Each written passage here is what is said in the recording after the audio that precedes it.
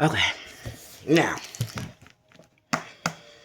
if you think for a second that I want to come over here and tell you about how I was 14, 15 years old and I was sexually assaulted and my mom told me to take a shower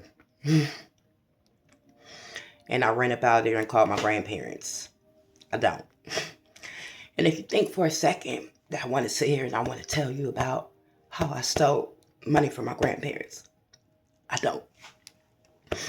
And if you think for a second that I want to tell y'all how I idled a man so much that I gave up my Section 8 and I moved in with him, just for him to tell me 2 years later, in my face on the phone with another woman, that all I did was go to work and smoke weed.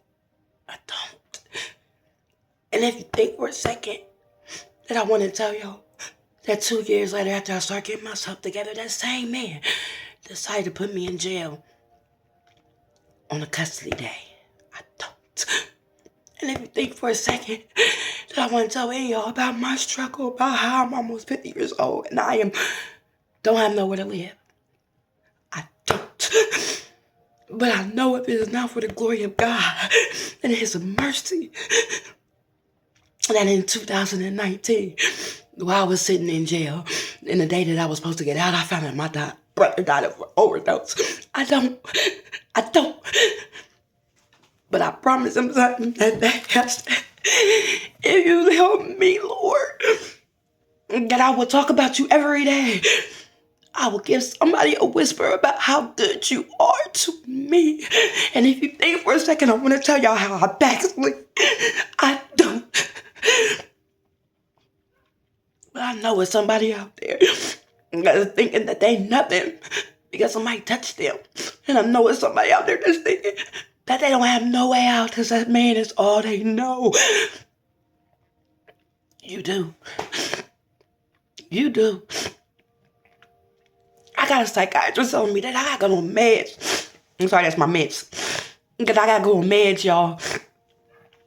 Because I got all this drama. So, I promised God something. And I'm gonna live that every day. I'm not going on meds, y'all.